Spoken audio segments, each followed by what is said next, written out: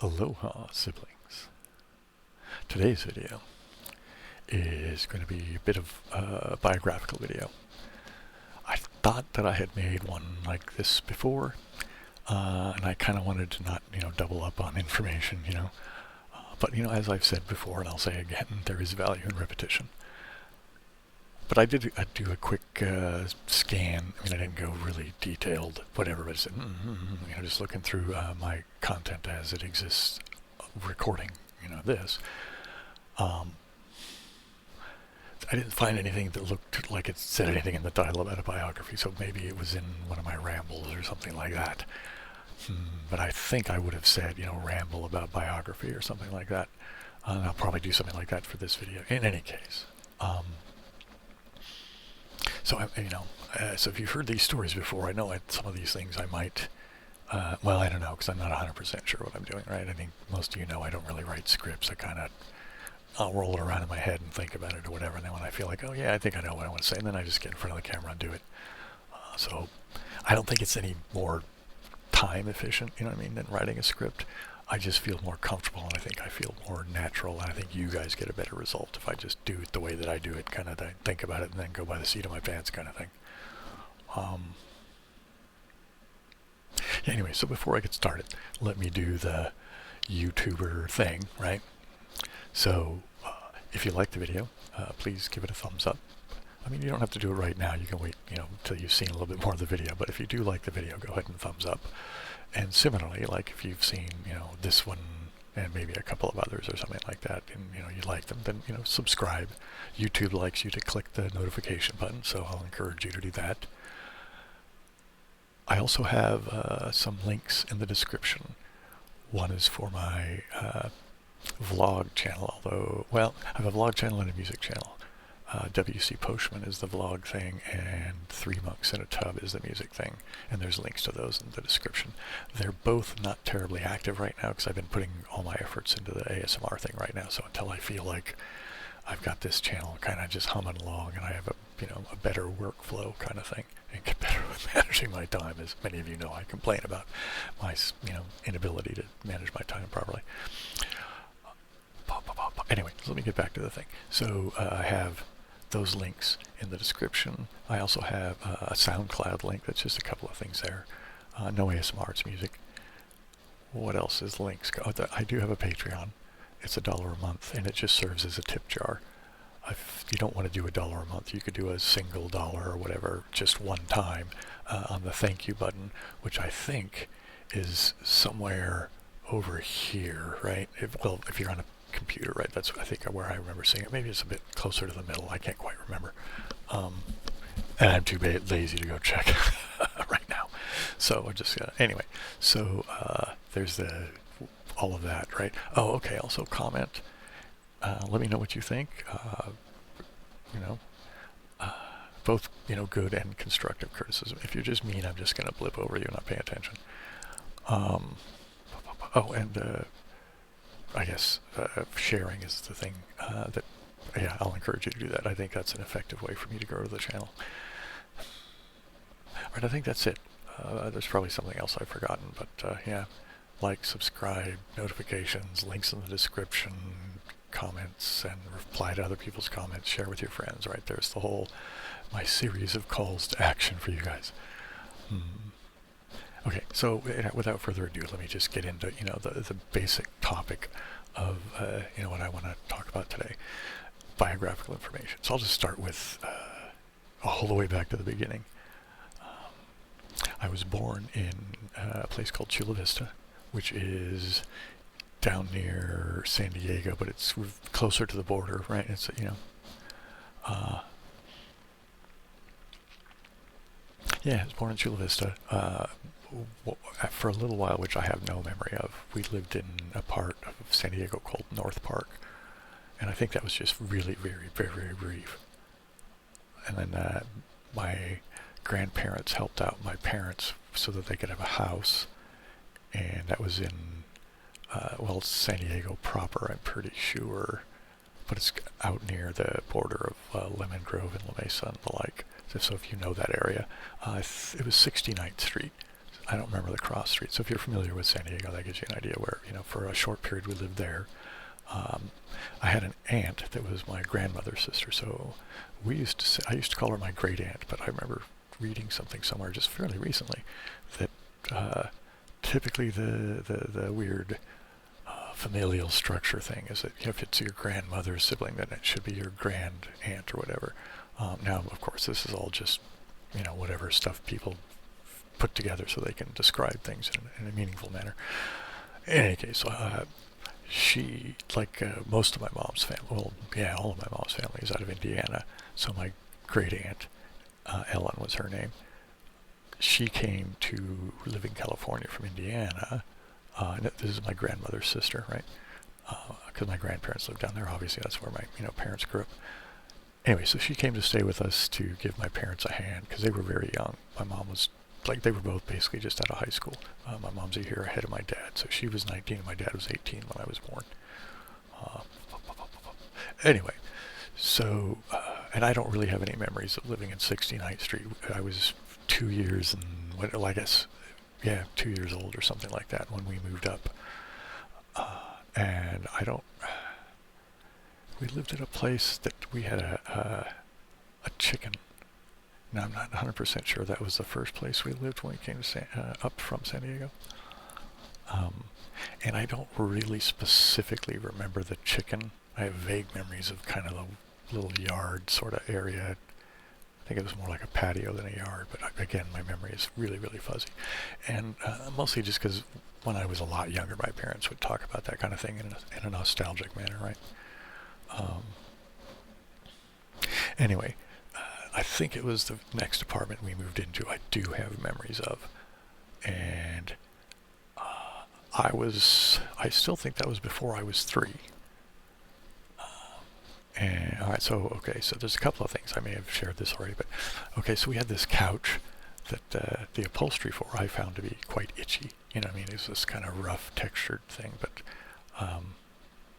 anyway, and my parents had it sitting along one wall in the living room, and because of the shape of the couch and stuff, it kind of had this curve to it, so there would be the wall, and there's that, maybe that's more extreme than it really is, but it kind of did this thing a little bit. Maybe it was just more of a lean more than a curve. I can't remember.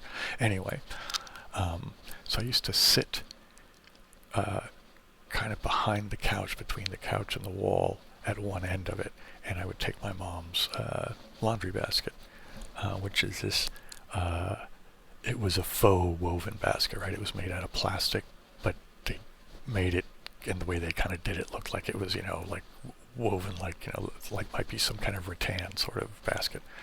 But on the bottom of it, it had these like radial spokes that, they weren't spokes in the sense that there was space between them. You could poke your fingers through. It was a solid plastic bottom, but when you looked at the bottom, I think they were there for like reinforcement, like in the same way that corrugation works for reinforcing very thin metal or corrugated cardboard, right? You can get a lot more strength when you like push on the edges of it and stuff, and even anyway, corrugation helps things be more stable and stronger for packaging and siding and stuff like that. And I think that's what the little radial spokes were about, and on the end of the basket, or the bottom of the basket. Anyway, so I used to take that and hold it by the handles and sit behind the couch, between the couch and the wall, and I would pretend that I was flying a bomber, right? Because I remember seeing a movie on TV, and there was a bomber, and how that they had that the nose cone thing, like I think there was a gunner turret inside of it or whatever, so it was all like there's a framework on it, and it and there was a lot of glass, right? So for some reason, well, I don't guess whatever, the basket made me think of that. And as a kid, I didn't realize that there was a gun aspect to it, or really that was right there. At least that didn't, maybe it was in the movie and it just didn't stick. Anyway, so I would hold on to the things, and I would be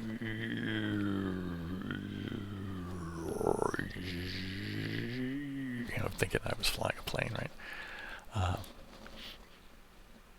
There's also a bit of a scary incident that happened when we lived in that apartment, and I wanted to go outside to play, and my mom had said, "No, you need to go take a nap." So I went in my room, and but I really didn't want to take a nap. I was, not sleepy at all, and my parents were downstairs. So I thought, I'm going to sneak out. So I opened the window and figured out how to take the screen off. And this was a 2-story place. So it was kind of townhouse-ish, right? So like the living room and cooking, dining, whatever, that was all on the bottom floor. And then you went up the steps, and that's where the bedrooms and the bathroom was.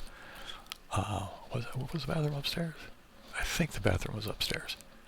In any case, my bedroom was upstairs, and my bedroom was situated so that it was at the front of the apartment, right? So towards the same side of the place where the front door was, right? And there was a carport that protruded out from just underneath my window. And so my plan was to climb out the window, get on the top of the carport, and get to the edge of the carport, and then hang off the end and let my legs grab onto the poles, these metal poles that supported the carport, and then I would kind of let myself slowly slide down, grab onto the pole, and then slide all the way down, right? That was my plan anyway. So I managed to get out onto the roof, I guess, of the carport, and I think somebody told my parents that they saw me or something like that, but I'm not 100% sure about that. That's an odd thing that I don't remember. Anyway, my dad, just as I had got out, my dad came, he was in my room and in my window, and he said, "Hey, buddy, come over here, man." But anyway, I did, and he yanked me in, and he was really pissed off with me and all of that. And anyway, so I learned to not go out the window anymore because of my dad's anger. In any case, at the time, it was kind of weird, but, probably not pleasant to have your parents pissed off with you. And I'm pretty sure I got a spanking. You know what? I did get a spanking. That's the one of 2 spankings I've had in my life. So I'll jump ahead real quick. The other spanking was I had an argument with my sister. She's 3 years younger than me. And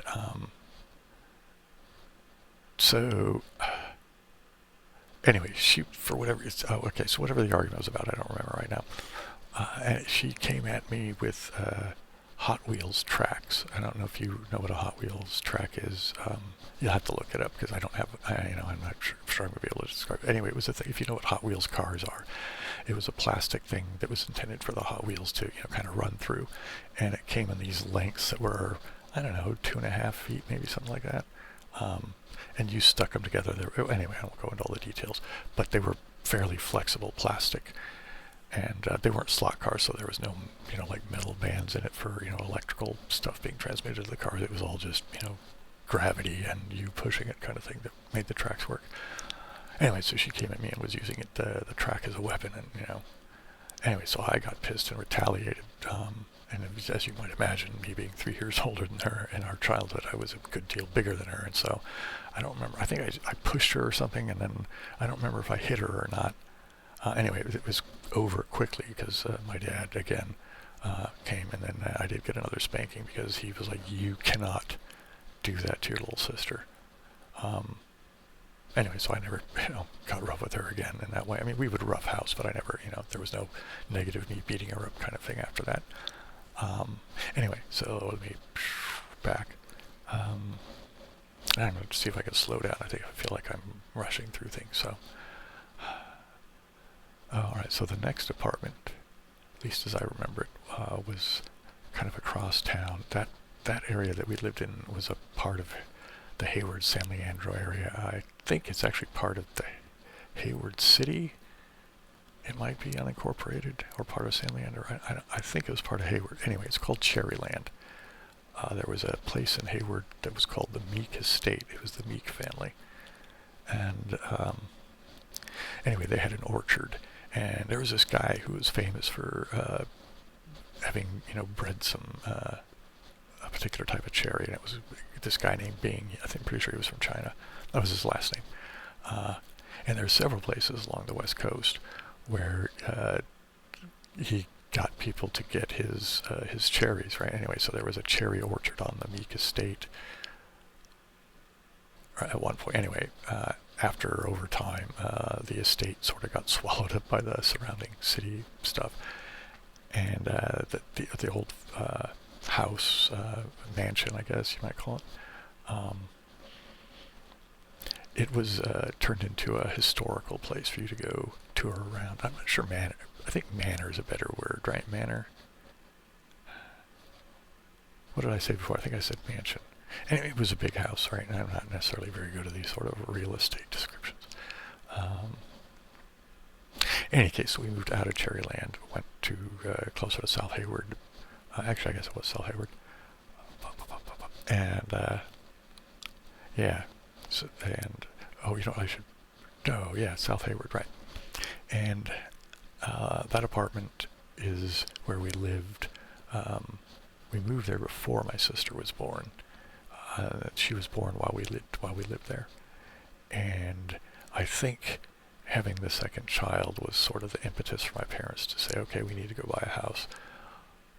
And so anyway, so that's what happened, and we moved into a house that was not that far from where the apartment was. I'm trying to think, is there anything in that apartment I want to talk about? You know, I might revisit that at some point, because I have some hazy things, you know, that I could bring forward and talk about, but yeah, I'll put those off for another time. And I'm trying to think. I think we moved from that apartment. It was either just before, I think it was when I was 5, because we were living in the house when I started kindergarten. I'm pretty sure that I didn't attend kindergarten at all when we lived in the apartment. I'm pretty sure I didn't do kindergarten until after we moved into the house. And I actually went to 2 different kindergartens. Because I went from one to another, because the teacher of the kindergarten class was a woman named Miss Mason, and I was completely in love with Miss Mason. I thought she was, you know, beautiful, and she was nice, and all these things. And as I remember her, she was, I don't know if petite is quite the right word, but, you know, not tall, right? And she was African American, and she kept her hair natural, which I find that really appealing, even to this day. I think women with the natural fro sort of, I don't know if anybody still calls them fros or not, but anyway, I like African American women with the natural thing. You know what I mean? That really appeals to me. In any case, so I was in love with Miss Mason, and she moved. I don't remember why that happened or anything like that, but she moved from one school to another during the school year. You know, I'm wondering if maybe she was a student teacher at one place and then moved and had a permanent class. I just honestly can't remember. But for whatever the case was, my mom went to the school district and managed. My mom was very, very involved for my sister and I's education from the get-go. She got on the school board and, you know, these types of things. Anyway, so she, you know, I guess raised a bit of a stink and got me so I could follow Miss Mason to the new school. And they were really close to each other. As a matter of fact, they were both within walking distance of our house. Anyway, after kindergarten was over, I actually attended a 3rd elementary school, which was also within walking distance of our house. It was kind of odd. We just lived kind of right between these 3 schools in Manor. Although the funny thing is, the one that was closest to us was really just a couple of blocks away. As a matter of fact, it was situated in such a way that you could see its playground from our front yard. You know what I mean? So I'm not sure why that's not the school. I just attended for everything. But in any case, so I moved to a different school, and I went there for first, second, and 3rd grades. I think it was during 2nd grade when I was tested, and I was found to be what they call a mentally gifted minor. I don't know. I tend to think of it as being I was diagnosed, because it wasn't really all that great for me at school. You know what I mean? Well, it did become better, frankly. But anyway, so and I don't know. I can't think of anything I want to talk about at that school. But so when I was done with 3rd grade, my mom, again, being very involved with our education and kind of understanding how the school system worked, had me transferred to a school that was called Park Elementary. And it was a year-round school. And I think that that was part of the reason my mom wanted me to attend there, because there was all this stuff, research, etc., that indicated that kids do better when they just attend school year-round, so you don't get a big 3-month break at the summer. What happens is you get 4 smaller breaks. So you get like sort of a fall break, fall, summer, like late summer and the fall kind of thing. And you get a winter break around Christmas holidays. And we got some sort of a spring break, and then kind of an early summer break kind of thing. So it was so what, there's 52 weeks in a year. So it's divided by 4, that's 13, right? So I think, so it would have been roughly 9 weeks off, 9 weeks of school, 4 weeks off. It wasn't exactly that, because I think, well, I don't remember, but anyway, it was a good thing. I think the reasoning, or the theory of why the year-round school was so successful is that apparently kids lose stuff that they've learned from the spring into the fall, and so there's a certain amount of time that teachers have to do to remediate that, right? They have to go, oopsie daisy, let's go back and cover that stuff again and get everybody back to speed. And it seemed like that was just an ineffective way to pursue education for kids. Anyway, so I went to the year-round school called Park, and I went there for 4th, 5th, and 6th. And so 9, 10, and 11 is what were my ages during those school years. And the first teacher I had there was a really nice lady. I think she got stuck with the problem kids, though, to a certain degree, because, well, she was good at handling them, so there was a bit of dynamism in our classroom. Anyway, after that year, I got moved into a different classroom, or classrooms, I should say, because it was taught by 2 people. One guy was named Tom Davis, and the other person was called Sydney LaRue. And so she had, Sydney LaRue was the woman who had 1st through 3rd. Because at this school, a lot of schools were starting to do this thing where you had multiple grades in one classroom. And the idea is that there's an advantage to having younger kids working with older kids, so there's sort of like the older kids can mentor the younger kids, which helps them a little bit, right? But there's also a thing that what they discovered is that, when you help somebody else with a topic, it helps solidify that topic in your mind, right? So there's a benefit to both kids, frankly. Anyway, so I got moved into Tom Davis's class. That was my official class, was him, and that was 4th, 5th, and 6th. Now, what they did was, their schoolrooms were, right next to each other, and they took out the wall between them. Actually, they didn't really take it out. They just cut a big hole through it that was, I guess like on either side there was, or actually, I'm thinking about it. I think maybe they just took the whole wall, and there was just sort of a divider that got stuck by the door to the classroom for the younger kids. And well, whatever. I think I'm probably not describing that well enough to give you guys a visualization. But anyway, so that idea of younger kids and older kids working together being beneficial for everybody, that was the idea. But they extended it so it could go from 1st to 6th. And there was 2 teachers. Now, there was a certain amount of standing at the chalkboard kind of thing, but not a whole lot for the teacher. I mean, mostly we worked on things that were self-paced modules for, reading and arithmetic and these sorts of things, and social studies. And actually, for reading, we didn't really use, there wasn't like just the basic readers that were like, C, Dick, and Jane kind of thing, right? They were like, so you learned to read while you were learning other topics, right? So it was reading and social studies simultaneously, right? You know what I mean? I think they were developed by a company called SRA. I might be misremembering that. And again, I'm too lazy. I'm not going to go look it up. So there was a couple of really cool features about being in that classroom, and I was there for 5th and 6th grades. And it wasn't just the young kids working with the older kids. The teachers were very into field trips and the like.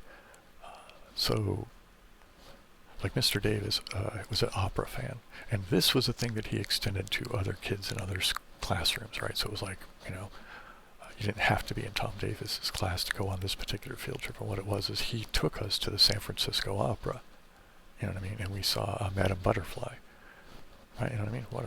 And it was fantastic, It didn't turn me into a fan of opera. I don't like listening to opera on a, LP, whatever, or CD or whatever, or even streaming.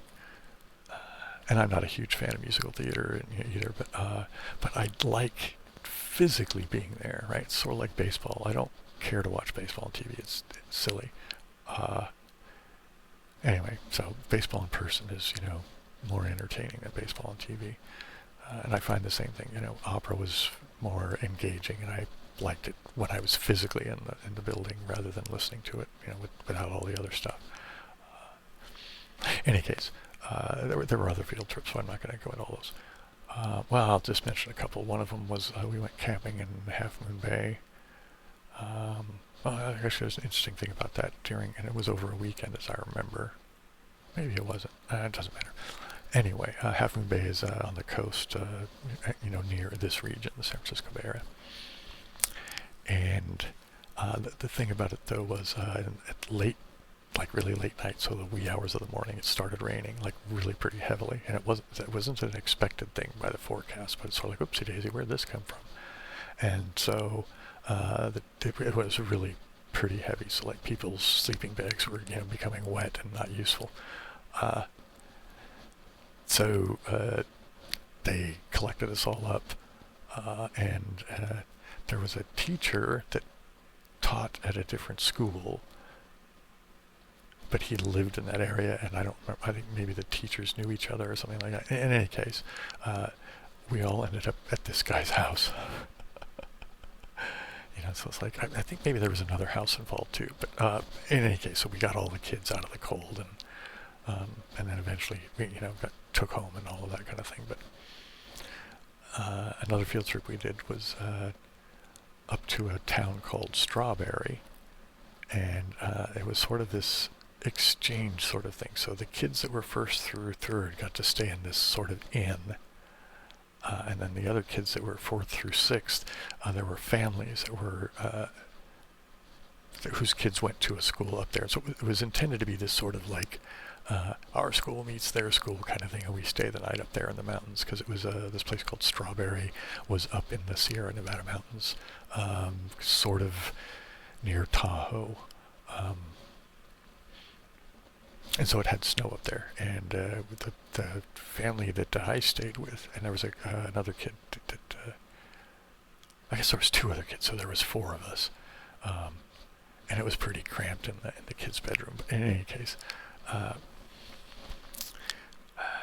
but the one thing that we did that was super fun there is they had a snowmobile, so they let us ride a snowmobile at nighttime, right? So because it had the headlights and stuff, and it was this big field near their house that was, just a big open field, but it had, several feet of snow on it, so we could just ride around on the snowmobile like crazy, and that was really, really fun.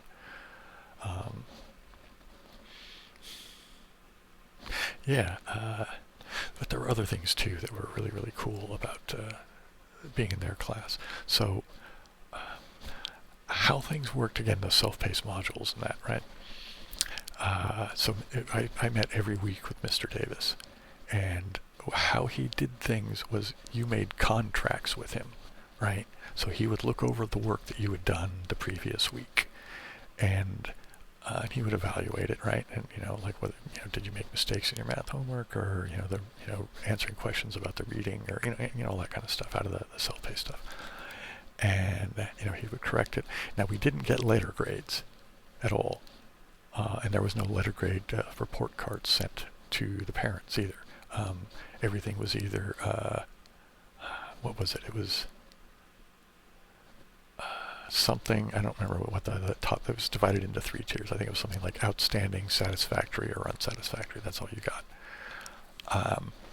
And then, of course, you didn't just get the OS or U. You'd get that with a little bit of something explaining, like if you got unsatisfactory, it would be like, there would be some sort of short paragraph that would be given to the parents that suggested, what the issue was, why they were determined to be unsatisfactory. And so you made the contract, and then he would go over the previous week with you, and whatever the results of that interaction with you and he was, should it be him, and that, and I'm bad with grammar. Anyway, and I'm lapsing into saying too much again. So you do the contract, and it would be about reading, and so he would go, oh, doesn't seem like you quite got what that was about, or you missed this point about math, or whatever. He would kind of go over it with you, and then you would devise the next contract based upon how successful or not you were with the previous week's contract. Now, the contract also enabled you to be able to do some of the fun stuff that was in the classroom. Like there was a dedicated area in the classroom that was just for arts and crafts. Like, so there were paints and crayons and papers and all of this. And we could get permission once they deemed you to be trustworthy enough, where you could go to the powdered tempera paints, right, and mix them up yourself, right, and make a little cup thing, and then you could use them to paint, right? I think there was watercolors too. I just didn't care for the watercolors. I like that tempera better. I don't know, is tempera technically a type of watercolor because you mix it with water? I don't know. Anyway, there was also scissors and construction paper and like that. And there was like things that you could make, sort of not exactly origami, but like projects that you could do. Like one of the things is there was a way where you could cut out paper and turn it into these little small panel things. It was like you'd cut it out in a circle, and then there would be a square in the middle of the circle that was tangent at all four corners, and then you would fold the little arc bits that were around the square up, and then you would glue those together in such a manner that it would turn into a geodesic globe, which is a really fun thing to do. And of course you could paint on them or draw on them and make them. You could take them home, or sometimes they would let us, if we could hang them from like a mobile type thing in the classroom for a while. But ultimately you were supposed to take it home. So there was the arts and crafts thing. There was another thing, is that Mr. Davis was a total photography nut.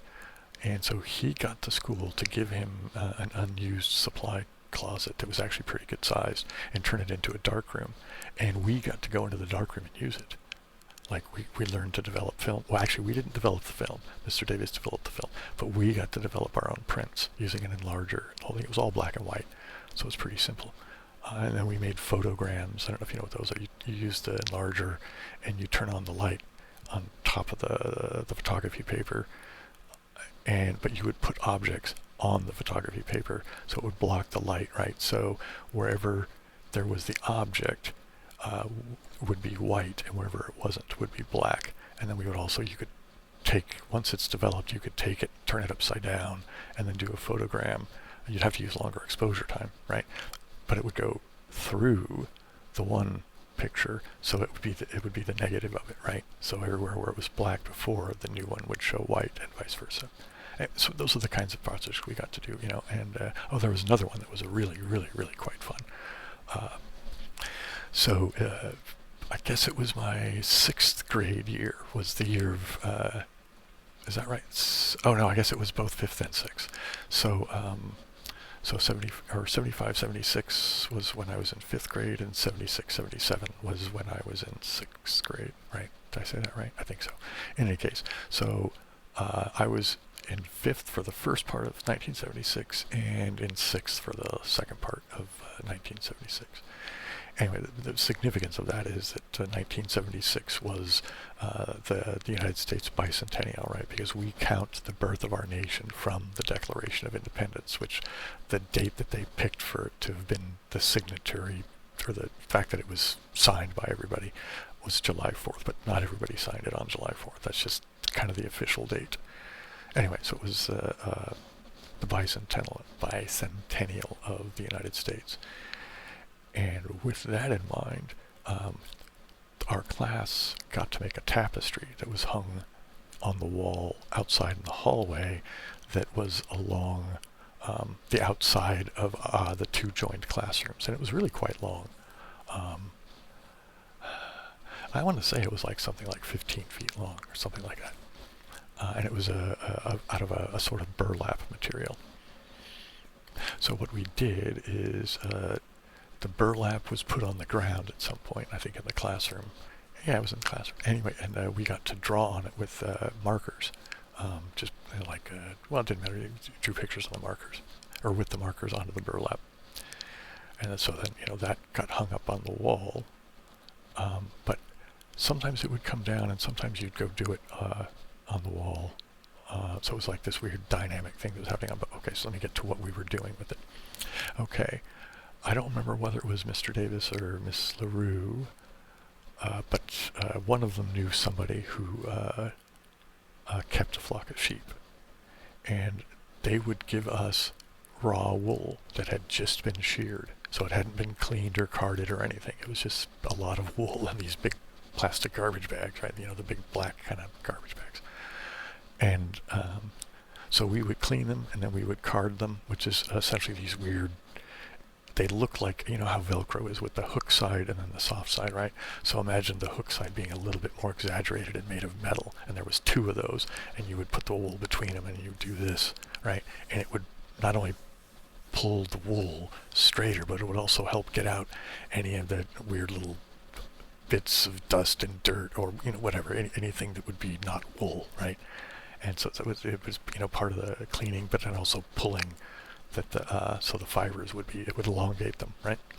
And anyway, so you get them elongated, and then you get these little balls of wool, and we would use drop spindles, and then that would spin that into yarn, essentially, right? So we made our own yarn, and we would take that yarn, and we would do a technique that was called crewel, which is kind of like needlepoint, but you use it to use the yarn to color in where we had drawn the outlines with the markers, right? And the whole point of it was it had to have something to do with the United States and relating to the fact that it was the bicentennial. So they encouraged us to do things that were like, even though it was before 1776, some kids drew stuff about pilgrims, and then that kind of thing, right? And then going through history, and then the farming, and whatever. There's just all kinds of things. It was all pretty much positive. Ooh, look at America kind of things, right? And it was from a kid's perspective, right? Because they didn't really give us any rules, right? They just said you can't draw anything bad, right? You know what I mean? So no swear words, or no, naked people or anything like that, right? Anyway, so we would do the crewel, and actually we did. It was a whole process, and by the end of it, we had this really big tapestry, which was really fantastic. So you get the idea of the kinds of things that we were doing in that classroom. And those are the 2 years out of my educational experience that I found most impactful, frankly, at least until I got into, say, college, right? You know what I mean? And a fair amount of college I found, a bit of a waste of time. Like I'd have done better to be just given the text and said, hey, go read this, you'll learn some stuff, you know what I mean? But then I've also had some teachers that were absolutely fantastic. In any case, but that, later in college. But so Mr. Davis and Miss LaRue were really fantastic in that regard. So what's next? Okay, so after that, I went to a school. Oh, we moved again. So we moved from South Hayward to a bigger house, which is the house I'm in right now, in Castro Valley. And I was still attending Park for, I guess it was 5th and 6th grade. I think 4th grade was, well, I know 4th grade was or at least most of 4th grade. I think it might have been the end of my 4th grade when we moved into this house. But I was, in any case. So we moved here into this house, and after I finished with Park Elementary, I moved to a junior high. We didn't call them middle schools back then, we just called them junior high, and they were 7th and 8th grade. So I went there. It was called Bret Harte, and it was in an old school building. I don't remember what year it was made, but it was really old, and actually really quite nice. It was much nicer than any of the newer buildings, and it had an entryway that was sort of a 2-story thing because it was situated on this hill, and they had these really nice staircases that went in from the lobby way up to the upstairs, and and then there was a multi-purpose room that was, where assemblies happened, and that's all. Yeah, anyway, you get the idea of a multi-purpose room in a school, right? And anyway, so I was there for 7th and 8th grade. Is there anything interesting about that? I guess that's where I started taking German in 7th grade. I don't think I took it again in 8th grade. I don't remember. Wow. It's odd what you forget and what you don't, right? Anyway, then I didn't pick German up again until high school. And I took German, I took 3 years of German in high school because I left school. Well, I'll get to that. And then I took some more German in college. Is there anything else significant about Bret Harte? It was while I was attending Bret Harte that I went on a school field trip to Washington, D.C., which was, parts of it were really fun, but parts of it were really disappointing, you know. And I think the disappointment, like Mount Vernon, I didn't find very interesting.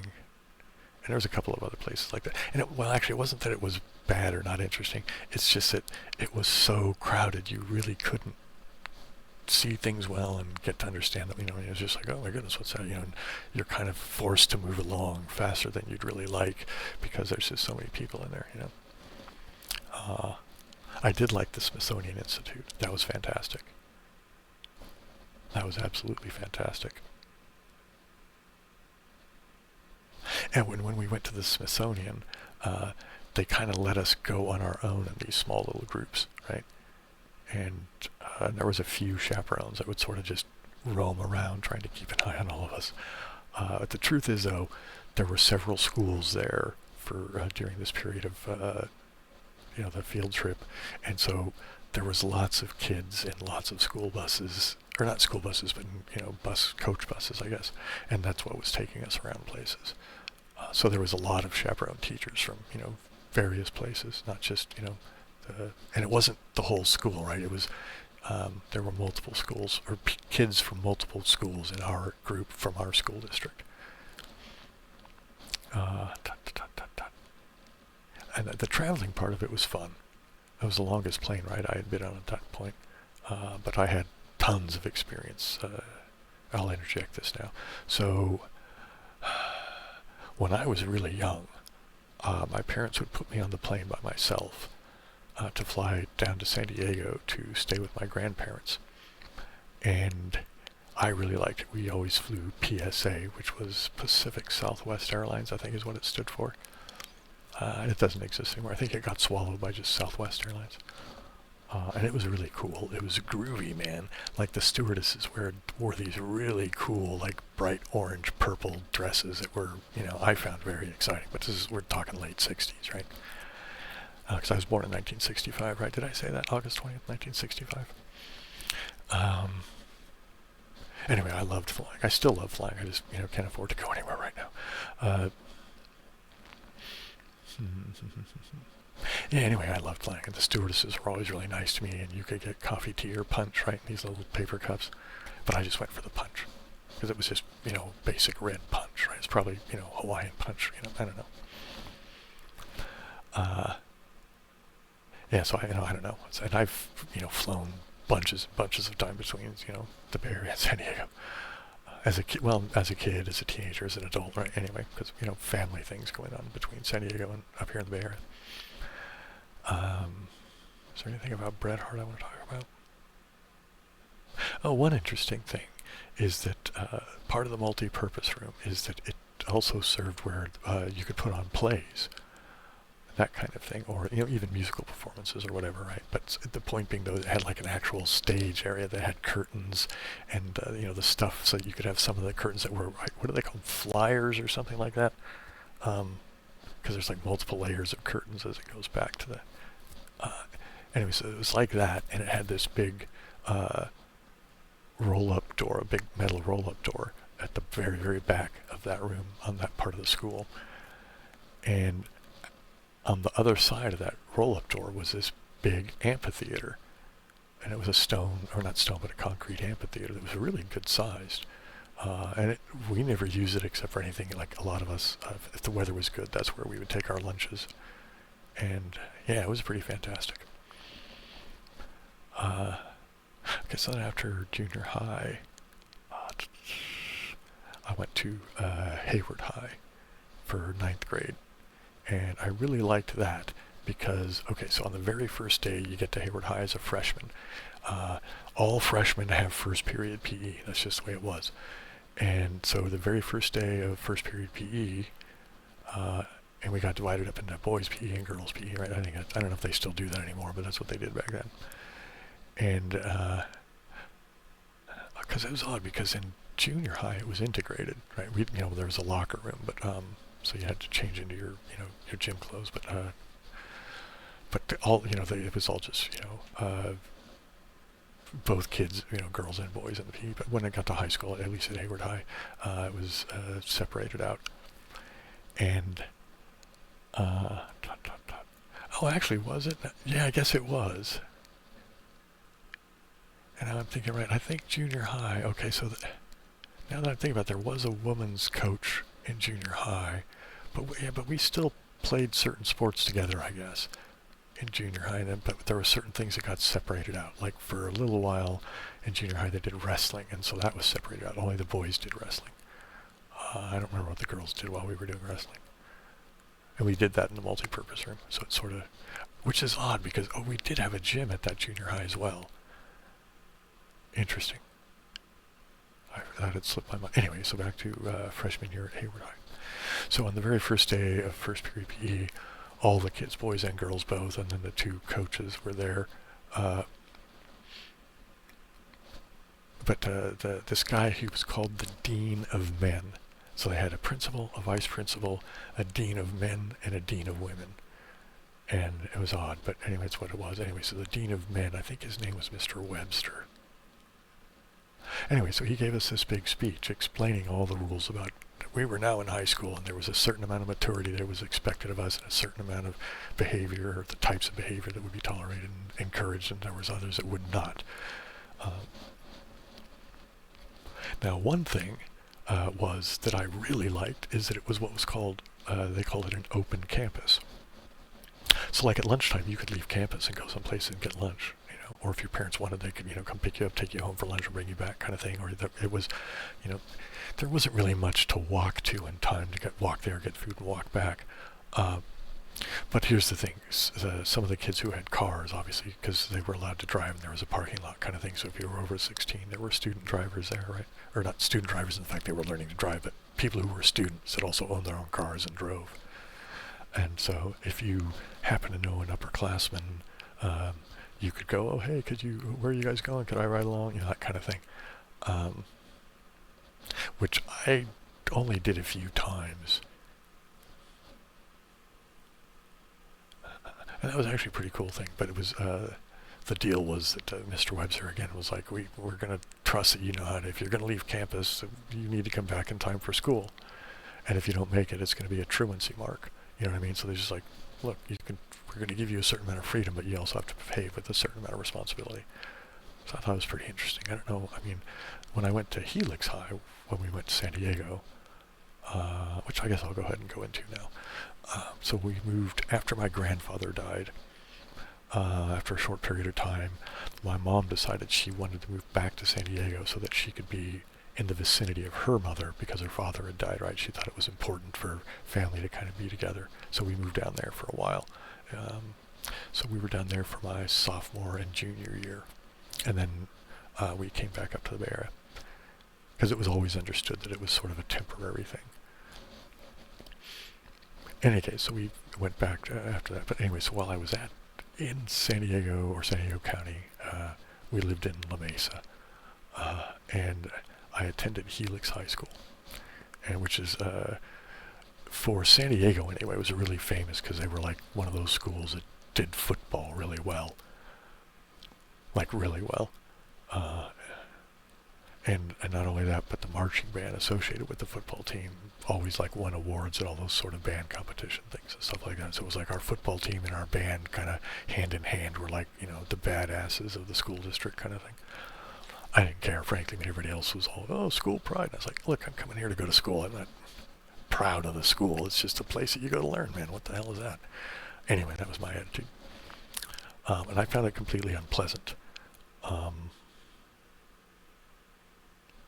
Yeah, it was like Southern California and Northern California's cultures are very, very different. Southern California, I don't know about now because I don't live down there anymore, but most of the time I lived down there, actually all the time I lived down there, even as an adult into my 20s. San Diego's always been, or like I said, I don't know what it is now, but for the longest time, and when I lived down there, it had been very conservative in comparison to Northern California. And it's like that conservative culture was, you know, on display at, you know, every level pretty much, so even at the school. I'm trying to think, is there anything else noteworthy about being at Helix High? Well, except for the fact that that's where I was going to school when I was like, I really don't want to be going to high school anymore. And so I kind of talked my parents into like letting me quit school because there was this means that a friend of mine had done. It was a really good friend of mine, but he was, I guess he was a year ahead of me. Right, because he left school during his senior year, but that was because his dad had his own small construction firm, and his dad fell ill, and my friend had worked with his dad before, so he knew what was going on, so he needed to go work for the company so that it could, you know, keep it going, right? And this, yeah, same with his brother too. They both worked for their dad, and so they left high school, but they were gonna work for their dad. That was what they were gonna do professionally, right? They were both gonna go into construction, I think, if I remember properly. Well, Donnie was. That was my friend. And I can't think about his brother now. I thought his brother was going to go there too, but now I'm not 100% sure about that. So, in any case, so there's this test you can take in California called the CHSPE. That's the California High School Equivalency Test. Is that no program? What is it? What is it? California CHSPE. California High School. Oh, that's what it is. The California High School Proficiency Examination. And it was a one-time test, so it's not like the GED, it's just one test, and it's pass or fail, that's it. And if you pass, you get the legal equivalent of a diploma, and if you fail, you're SOL. Anyway, I passed, obviously, but, well, maybe not obviously, but yeah, I passed. So technically I'm a high school dropout, because I don't have a diploma, I have the legal equivalent. And that was the thing, the counselor kept trying to talk me out of it. Because he's like, well, you know, you can't go to the prom if you drop out, and the thing is, you're always going to be known as a dropout. I know the test says this, but, you know, nobody's going to believe that. They're going to see you as a dropout, blah, blah, blah. And here's the thing, he didn't care about me, right? The thing is, remember I told you about being tested and being made to be an MGM. People who get that sort of stamp on their forehead, you know, the MGM thing, matriculation money, which is the thing, funding goes to schools based on how many kids there are, right? However, if you have gifted kids, the school gets bonus money because there's supposed to be stuff that is supposed to be at the disposal of the gifted kids to make sure that we're being challenged and we can stretch and it can, you know, accommodate the fact that we are gifted or whatever. And an odd thing was I wasn't putting any, except for math and science, I wasn't putting any sort of like, in English they made me take just the regular English as opposed to going into the gifted program class. And there was other stuff like that, so it was like, yeah. Anyway. And anyway, so the reason my counselor was really hyper about trying to keep me there is because it meant money for the school. You know what I mean? And I guess it's, you know, it's not a gigantic amount of money for each kid, but you know what I mean? They were just like, they don't want kids dropping out, basically. And that was the motivation. It was pretty obvious after all the conversation I'd had with him. It was like, he didn't care about me, you know what I mean? And and my observation was, he basically sat in an office twiddling his thumbs or maybe reading a book all day, you know what I mean? Whenever you went by that area of the school, you'd see him just sitting in his office. There was no students in there. He didn't appear to be doing any work, you know what I mean? I don't know, maybe I'm wrong, but anyway, I found him to be an entirely useless human being. And he actually went on the day that I had the thing, because I needed an application to take the test. So I went to him. Anyway, so after like 3 or 4 meetings, well, actually, first 2 meetings, he denied the existence of the test, right? And then I guess at the end of the 4th meeting, he just got pissed off, took the thing out of a drawer in a filing cabinet, stabbed it on his desk, goes, there's the test, blah, blah, blah, you know what I mean?